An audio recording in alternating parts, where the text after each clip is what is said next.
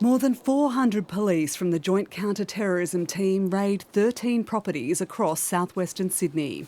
In their sights, a group of allegedly radicalised boys as young as 15 who knew the 16-year-old charged with stabbing an Assyrian Orthodox bishop during a live-streamed service in Wakeley last week. We identified links between the alleged offender and a network of associates and peers who we believe shared a similar violent extremist ideology.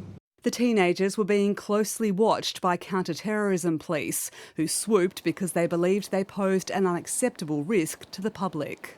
Their behaviour, whilst under that surveillance, led us to believe that if they were to commit any act, we would not be able to prevent that.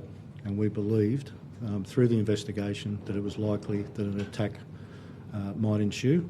At this time, we have no evidence of specific locations, times or targets of a violent act. 7 young people were arrested in the raids and 5 more are being questioned. Police say they're unsure if the teens were being incited by any adults, either locally or online. They say they would have preferred to keep them under surveillance to find out, but it became too risky.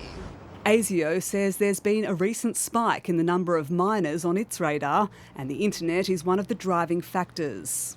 You used to lock the front door and that would give you safety, but if your children are on their devices and you're not seeing what they're seeing, that can actually pollute and corrupt and radicalise young minds. The Premier says any threat has been neutralised. There is no current threat to public safety and no connection to Anzac Day commemorations. I think that's important to state. Police have today spoken to faith leaders to try to quell any tensions in the community. We target criminality and not countries. We target radicalisation, not religion. Targets who are off the streets for now. Sarah Gerrithy, ABC News, Sydney.